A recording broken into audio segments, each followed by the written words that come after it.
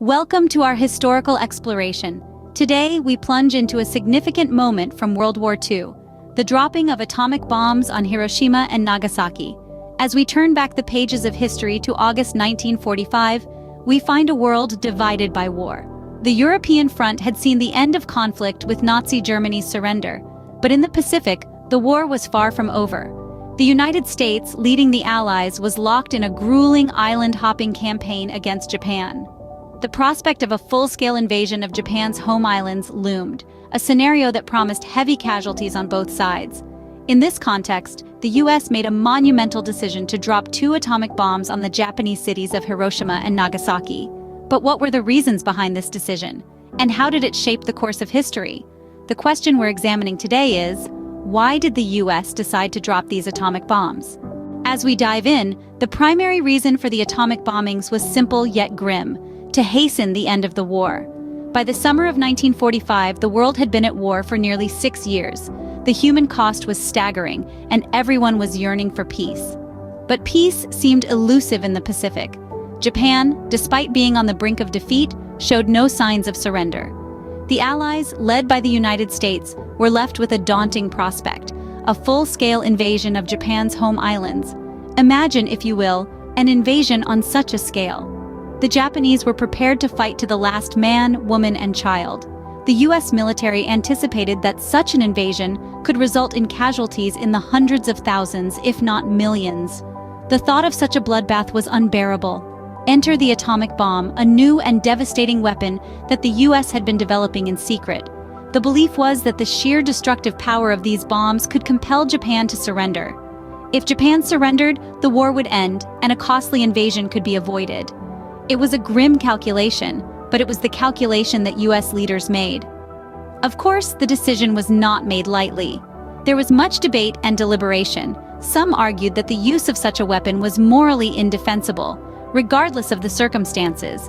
Others countered that the alternative, a long and bloody invasion, was even more horrific. Ultimately, the decision was made. The atomic bombs would be used. The hope was that this would bring about a swift end to the war, saving lives on both sides in the process. This was the main argument: a swift, albeit devastating, end to the war. It's a difficult concept to grapple with, and it's one that continues to stir debate to this day. But in the context of that time, it's understandable why the decision was made. The world was at war, and everyone was desperate for it to end.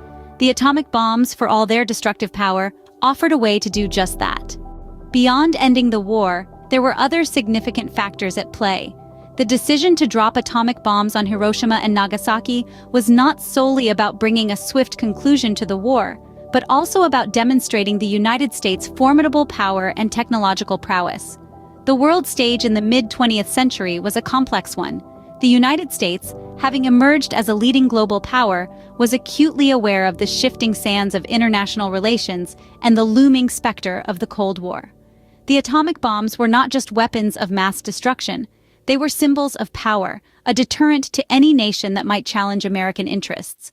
Moreover, the target audience for this demonstration was not just Japan, but also the Soviet Union. The Soviets were allies during World War II, but the United States was already looking towards the post-war world order. In this new world, the Soviet Union was expected to be a major adversary. By showcasing the atomic bomb's devastating power, the United States aimed to discourage future conflicts, not only with the Soviets, but with anyone who might think to challenge them. This display of power, while terrifying, was viewed by US leaders as a necessary step in securing a stable, peaceful future. The bombings were not just about ending one war, but preventing others. The bombings were also a chilling demonstration of power, aimed at deterring future adversaries. Some US officials argued that using atomic bombs could paradoxically save lives. Such was the paradox of war. As the conflict dragged on, the tally of casualties on both sides was skyrocketing. The war was not just a battle of arms, but also a battle of wills. The Allies, including the United States, were wrestling with how to bring a swift and decisive end to the hostilities.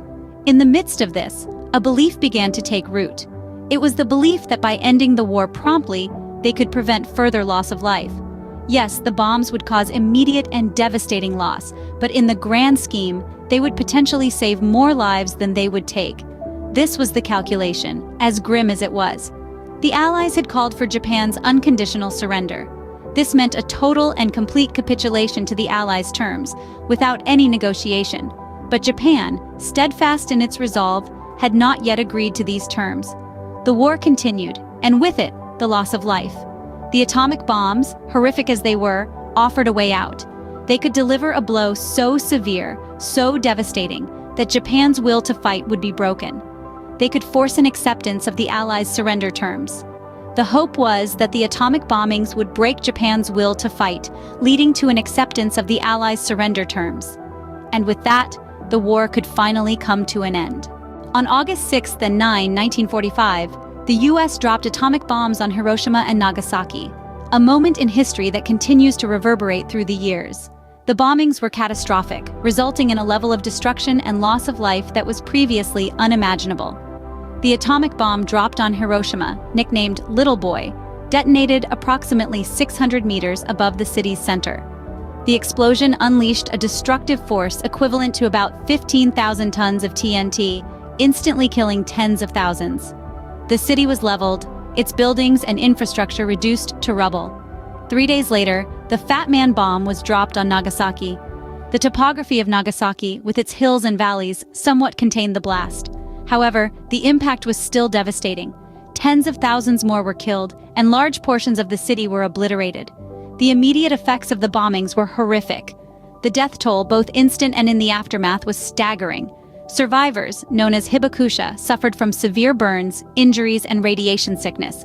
The psychological trauma was immense, the memories of that day forever etched in their minds. But amidst this devastation, a pivotal shift occurred.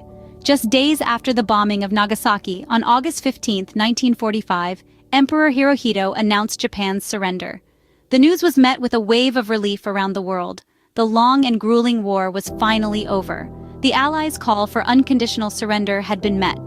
The bombings of Hiroshima and Nagasaki were instrumental in bringing about this surrender.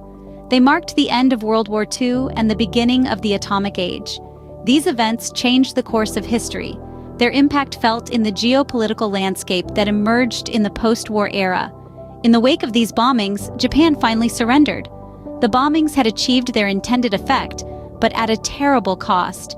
The decision to use such destructive weapons and the human suffering that ensued remains a subject of debate and introspection, a reminder of the devastating power of nuclear weapons and the importance of striving for peace. The decision to drop atomic bombs on Hiroshima and Nagasaki remains a subject of debate and controversy to this day.